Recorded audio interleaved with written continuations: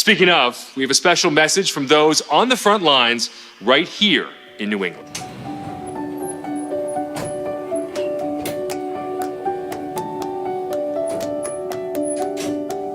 Hi, I'm Corey Siegel from the Dartmouth Hitchcock Medical Center. And do you know what this is? It's not a time machine. It's not a new Peloton torture device. It's a hyperbaric oxygen chamber. Now, why am I showing you a hyperbaric oxygen chamber related to Crohn's disease and ulcerative colitis and the Crohn's and Colitis Foundation? Well, a few colleagues of mine a couple years ago, Dr. Jay Buckey, a NASA astronaut who works with me at Dartmouth, and Dr. Parambir Dulai hypothesized that hyperbaric oxygen might help patients with ulcerative colitis. What is hyperbaric oxygen? It's 100% oxygen given at higher atmospheric pressure, and it's known to decrease inflammation.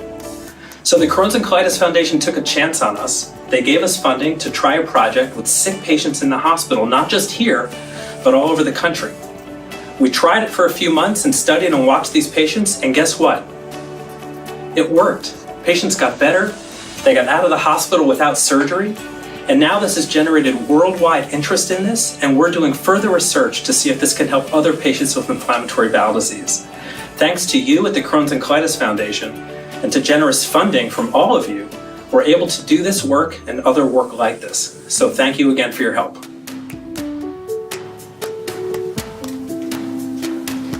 Oh, hi there. I'm Jessica Allegretti. I'm the director of the Fecal Microbiota Transplant Program at Brigham and Women's Hospital.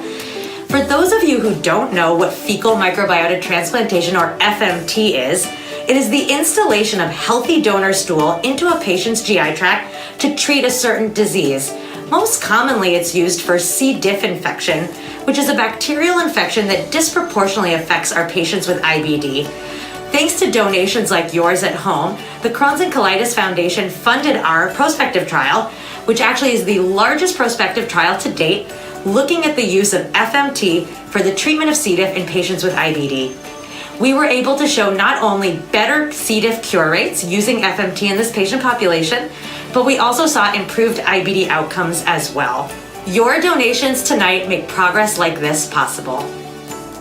Where would I possibly be going dressed up like this? The most welcoming, fun, and happiest place on earth, Camp Oasis. And while I might not have been able to wear this to Camp Carnival Night this summer, tonight we're bringing the magic of camp to you. Camp Oasis is a life-changing experience for kids living with IBD, ages 7 to 17. I've worked at camp for the past 15 summers, and it's the most professionally joyful week of my year. It provides a safe space for children to meet with others who understand what living with IBD is like.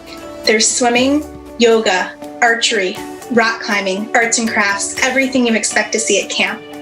The only difference is that all of the campers and even the counselors have Crohn's or colitis. This year, because of the COVID-19 pandemic, mutual aid connections and peer support resources are more important than ever. I've seen firsthand the tremendous impact that the Foundation's support programming has had on patients and caregivers alike, in a time when being lifted up and connected is crucial to emotional well-being. Your donations tonight make programs like this possible.